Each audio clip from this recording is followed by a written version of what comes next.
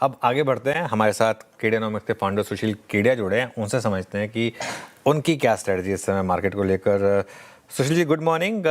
25,500 के नीचे निफ्टी इस समय, क्या लग रहा है ये एक जो वापस ट्रम्प फैक्टर हावी हो रहा है मार्केट पर, या ये जो निफ्टी आईटी का जो इतना बड़ा प्रेशर हावी हो रहा है, क्या ये जीने नहीं देगा हमें? क्या व्यू रहेगा इस समय मार्केट पर? फर्स्ट ऑफ ऑल आपने 3 सवाल पूछ लिए, मैं तीनों के लाइन से जवाब देता हूं। मार्केट से तात्पर्य आता है निफ्टी से। पीसीआर से अनुरोध है मेरे स्क्रीन से इस चार्ट को शेयर करें। तो ये देखिए, डेली कैंडलस्टिक चार्ट है निफ्टी फ्यूचर्स की। नीचे जो सपोर्ट की लाल लाइन है वो 25,300 पे है, समझिए 25,270 के 300 के बीच में। तो 25,300 टूट जाएगा अगर निफ्टी पे, तब हम बेचैन होंगे कि हमें अपना स्टांस बदलना चाहिए या नहीं। इस सवाल को हम तब उठाएंगे और 27,200 की चाल को हम खेलने के लिए सौदा कर देंगे जिस दिन ये 25,770 के ऊपर निकल जाए। संभावना 80% अभी भी हम मानते हैं 25,770 के ऊपर निकले और 27,200 की चाल आ जाए।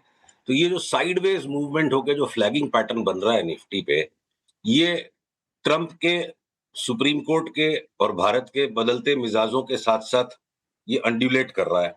अगला सवाल आपने जो सीएनएक्स आईटी पे पूछा, तो वो जो रिसेंट डेज में डायलॉग पॉपुलर हुआ था ना, घायल हूं इसलिए घातक हूं। तो इस तरह का फॉल जब आ चुका है आईटी में, अब यहां से अगर कोई शॉर्ट करने की सोचे तो उसको ये डायलॉग दोबारा से 2 बार सुनने के बाद फिर सोचना चाहिए कि शॉर्ट करूं कि नहीं। घायल हूं इसलिए घातक हूं। जरा सा भी अब यहां से जो एक्सट्रीम ओवरसोल्ड है, 2-4 दिन जो भी टाइम लगा के यहां से रिवर्सल बनना चाहिए, ऐसा हमारा अनुमान है। तेजी का कोई दाव नहीं है, मंदी में आईटी स्टॉक्स में इस भाव से किसी हालत पे नहीं करेंगे।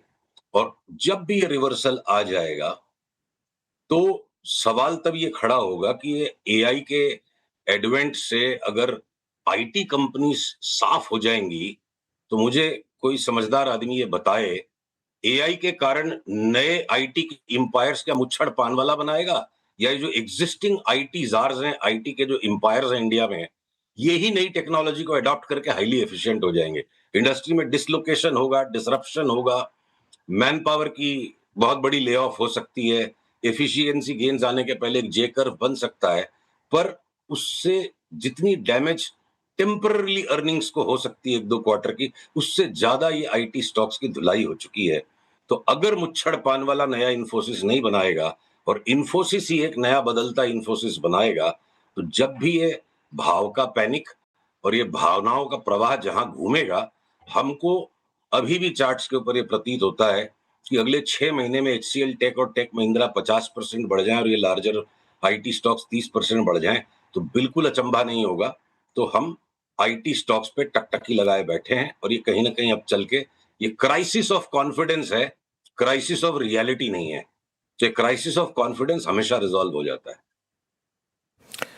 ओके। दूसरी तरफ बैंक निफ्टी काफी स्ट्रांग रहा है। आज भी देखें अगर आप, तो हम मोर और लेस लाइफ टाइम हाई के करीब ही हैं बैंक निफ्टी पर। तो क्या ये निफ्टी को चलाने का दारोमदार अभी भी बैंक निफ्टी के सर पर, के कंधों पर ही रहेगा? चलिए, अगर इसकी चार्ट भी दिखाना संभव है तो मैं बैंक निफ्टी की आपको डेली चार्ट दिखाता हूं। बैंक निफ्टी अगर इस जगह पे ठिठक गया है, अटक गया है और बाकी बाजार को ज्यादा डैमेज हो रही है, निफ्टी उतनी डैमेज को रिफ्लेक्ट नहीं कर रहा है जितनी सीएनएक्स आईटी में और वाइडर मार्केट में हो रही है। और निफ्टी को इस वक्त बैंक निफ्टी संभाले हुए है, इसमें कोई डाउट नहीं है। पर इसी को एक्स्ट्रापोलेट करने का हमारा मन नहीं है कि जब भी निफ्टी घूमेगी तो बैंक निफ्टी आउट परफॉर्म करेगा। हो सकता है कि बैंक निफ्टी का जो टॉप आउट निफ्टी से मच अर्लियर आ जाए और निफ्टी आगे 27,200 तक चलती चली जाए और बैंक निफ्टी में आप ये देखो ऊपर 61,862,000 के ऊपर जगह बहुत टाइट है इस वक्त।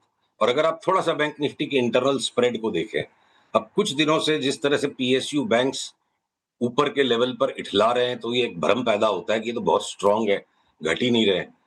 ये जैसे रिवर्सल आएगा, हम बैंक ऑफ बड़ौदा को 310 के नीचे चले, हम उसको 50 रुपए के लिए शॉर्ट कर देंगे। कैनरा बैंक यहाँ से 5 रुपए घटे शॉर्ट करने का कैंडिडेट है, जिनकी चाल पूरी हो चुकी है पीएसयू बैंक्स की, पर वो घट नहीं रहे हैं, तो इसलिए वो इल्यूजन आता है। और ये घट नहीं रहे हैं, बढ़ नहीं रहे हैं, ये सब सब्जेक्टिव बातें, इसीलिए हम चार्ट्स को देखते हैं। इवन एसबीआई एक्स्ट्राऑर्डिनरी रिजल्ट्स पे जो एक्स्ट्राऑर्डिनरी एक प्राइस बार आया, और उसके पहले 5 दिन में उसकी सारे रिटर्न्स आ चुकी थी, अब डिस्ट्रीब्यूट हो रहा है ऊपर। तो बैंक निफ्टी में एचडीएफसी बैंक, जिस पे हम हमेशा परहेज रखते आए, उसमें मुझे अभी भी 15% की जगह लगती है। आईसीआईसीआई बैंक में 7-8% की जगह लगती है। पर ये एक्सिस बैंक, इंडसइंड बैंक, जिनको हम लास्ट 5-6 महीने से लगातार तेजी कर रहे थे, बहुत नॉमिनल रेसिडुअल रिटर्न्स बची है। कुछ हद तक कोटक महिंद्रा बैंक भी इसको संभाल लेगा। तो बैंक निफ्टी के सारे स्टॉक्स बिल्कुल अलग-अलग काम कर रहे हैं और एक बार फिलहाल बैंक निफ्टी ने मार्केट को संभाला हुआ है, पर लगता नहीं है अनुज कि आने वाले समय में बैंक निफ्टी के ही स्टॉक्स पे दांव लगा के कोई मोटा पैसा मिल जाएगा। अच्छा सुशील जी, क्योंकि आपने बहुत सारे ऐसे पीएसयू स्टॉक्स पर टिप्पणी करी जो आपको लगता है कि बस इल्यूजन है, चल रहे हैं लेकिन अब रियल स्ट्रेंथ नहीं है, कभी भी कोलैप्स नज़दीक खड़ी, तो ऐसे एक दो बास्केट्स पे और आपसे प्रश्न पूछ लेता हूँ। कैपिटल गुड्स ने बड़ा मूव स्ट्रॉन्ग दिया, जिसमें Siemens, Cummins, L&T almost all time high trajectory. यहाँ पे क्या कर रहे हैं आप? व्यू क्या है इस वक्त कैपिटल गुड्स पे आपका? नहीं, हमें यहाँ पे भी इस वक्त कन्विक्शन वाली ये सारी ब्रेकआउट्स नहीं लग रही है, except for siemens and ABB. L&T की चार्ट पे अभी भी हमें सस्पिशन है, हम एल&टी को अवॉइड करेंगे। एल&टी को भी आप अवॉइड करेंगे। एक दो बास्केट और देखिए, आई मीन कैपिटल गुड्स और फिर और थोड़ा ड्रिफ्ट होनी चाहिए अगर हम सुशील जी, तो वोल्टास, ब्लू स्टार, यहाँ पे क्या नजर आ रहा है? वोल्टास बहुत दिनों बाद अपनी साल भर की हाईएस्ट ट्रैजेक्टरी को हिट करता हुआ, तापमान बढ़ता हुआ, तो ऐसे में कोई फेवरेबल कंडीशन है इस वक्त वोल्टास पे चार्ट्स पे? देखिए, वोल्टास की चार्ट आपके सामने मैंने स्क्रीन पे खोल दी है और ये करीब-करीब साइडवेज सा मोशन देते-देते थोड़ा-सा ऊपर का जो परकअप आया है, तो ठीक है, 1300 से 1500 हो गया, पर यहाँ मोमेंटम नहीं पकड़ रही है ये चार्ट। तो मुझे इसमें भी ट्रैप सा ही लग रहा है। हम जब जब जब वोल्टास इस पॉइंट के आसपास था, आज के आज के 6-7 महीने पहले, तो बड़ा बुलिश सा सेटअप लगा था, पर वो टेक ऑफ नहीं कर पाई चार्ट, ये साइडवेज ही रह गई है। तो मैं वोल्टास को भी अभी पास करूंगा। देखिए, बाजार में बार-बार ये हो रहा है कि एकदम से शार्प फॉल आके लगता है कि एकदम बिल्कुल कुरकुरा सा पैटर्न बन गया है और बड़ी सख्त ऊपर की चाल आएगी। पर रिबाउंड्स जो हो रहे हैं ना, वो टाइम कंज्यूम कर रहे हैं, साइडवेज सी मूवमेंट बन रही है, बाजार डिसअपॉइंट कर रहा है और ये लार्जर मैक्रो और पॉलिटिकल अनिश्चितताओं का ही कारण है कि मतलब स्टॉक्स उस तरह से टेक ऑफ नहीं कर पा रहे हैं। तो इसलिए ये वोल्टास को भी अभी हम उसी श्रेणी में रखेंगे और ब्लू ओके स्टार भी उसी श्रेणी में। ओके, चलिए अब आपके खुद के कोई स्टॉक आइडियाज सुशील जी जो आज आप लेकर आए हो हमारे लिए? देखिए, ऐसा है कि कभी-कभी इतनी सारी आइडियाज होती हैं कि 15 मिनट कम पड़ जाते हैं और अभी बाजार के अंदर बहुत ही सिलेक्टिव होकर के बहुत ही लिमिटेड काम करने के मौके मिल रहे हैं, सिग्नल्स बड़े कम हैं। तो जो मेंटेनेंस मूव्स ही आ रही हैं, अब आईडीएफसी बैंक जैसे कल जो लेवल्स आ गए, हमारी 1.5 महीने 2 महीने पहले बात होती थी कि ये 66-67 के लेवल्स आएंगे तो हम इसे लेंगे। अब कन्विक्शन तो नहीं आ सकता इतनी खराब एटमॉस्फेयर में, पर चार्ट के अनुसार कल का जो लो था उसको स्टॉप लॉस रख के हमने अपने क्लाइंट्स को ये लेने की सलाह दी है, सोबर क्वांटिटी ही काम करने के लिए, कि अभी फिलहाल हम 66 से 86 की बैंड में 1-2 महीने रहे और उसके बाद वापस दोबारा 86 जाके 66 आके इसकी लॉन्ग टर्म ट्रेजेक्टरी शुरू हो जाएगी। देखिए, 1% से भी ज्यादा, 1% से भी कम नेटवर्थ का लॉस है अगर ये पूरा अमाउंट राइट ऑफ करना पड़ जाए। और अब इसमें से कितनी इंश्योरेंस से रिकवरी होगी, कितनी इंटरनल रिकवरीज होंगी, तो ये इस तरह के वन ऑफ फ्रॉड इवेंट्स को मैं अगले क्वार्टर की अर्निंग्स के हिसाब से जोड़ के, ये वैल्यूएशन राइट नहीं होता है, ये बुक वैल्यू का इरोजन है और इसको वन टाइम राइट ऑफ में ही पकड़ना चाहिए। तो इन्वेस्टर्स के लिए आईडीएफसी फर्स्ट बैंक जैसे इस कैलामिटी में अच्छी जगह है। सेम तरीके से जैसे आईटी में अब हम इंतजार में है कि जब कैलामिटी आएगी तो ये आ चुकी है तो यहाँ जगह बनेगी। अब छोटा स्टॉक एक है आईएफबी एग्रो इंडस्ट्रीज और ये जगजीत इंडस्ट्रीज, अल्कोहल के 2 स्टॉक्स में हमने लास्ट वीक में बाई इनिशिएट किया अपने क्लाइंट्स के साथ, जो कि हो सकता है यहाँ से डबल भी हो जाए। और जगजीत, आईएफबी इंडस्ट्रीज 6 महीने में डबल और जगजीत साल भर में 3 गुना। जगजीत इंडस्ट्रीज ने आज तक अर्निंग्स दिखाई नहीं है, उसकी उसके फाइनेंशियल नंबर्स बड़े मिस्टिकल हैं, पर एक जमाने में मैकडॉवेल भी इसी तरह मिस्टिकल नंबर्स पे रहता था और स्टॉक का प्राइस भागता चला गया और एक दिन मैकडॉवेल सुधर गया।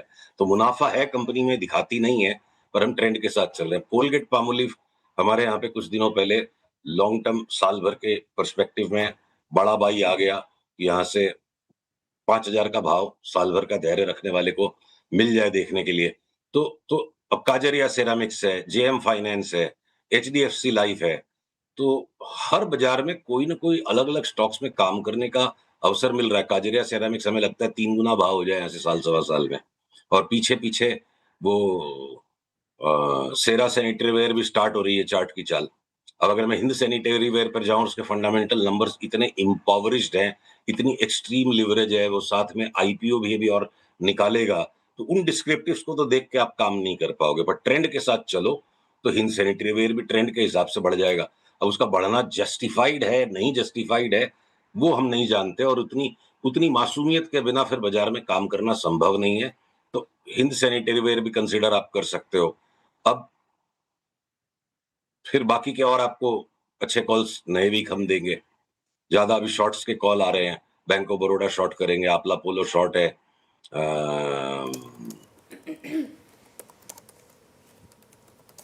ऑलराइट, चलिए सुशील जी बहुत बहुत शुक्रिया। फिर अगले हफ्ते आपसे फिर कुछ और स्टॉक्स की बात करेंगे। आज हमारे साथ जुड़ने के लिए आपका शुक्रिया। आप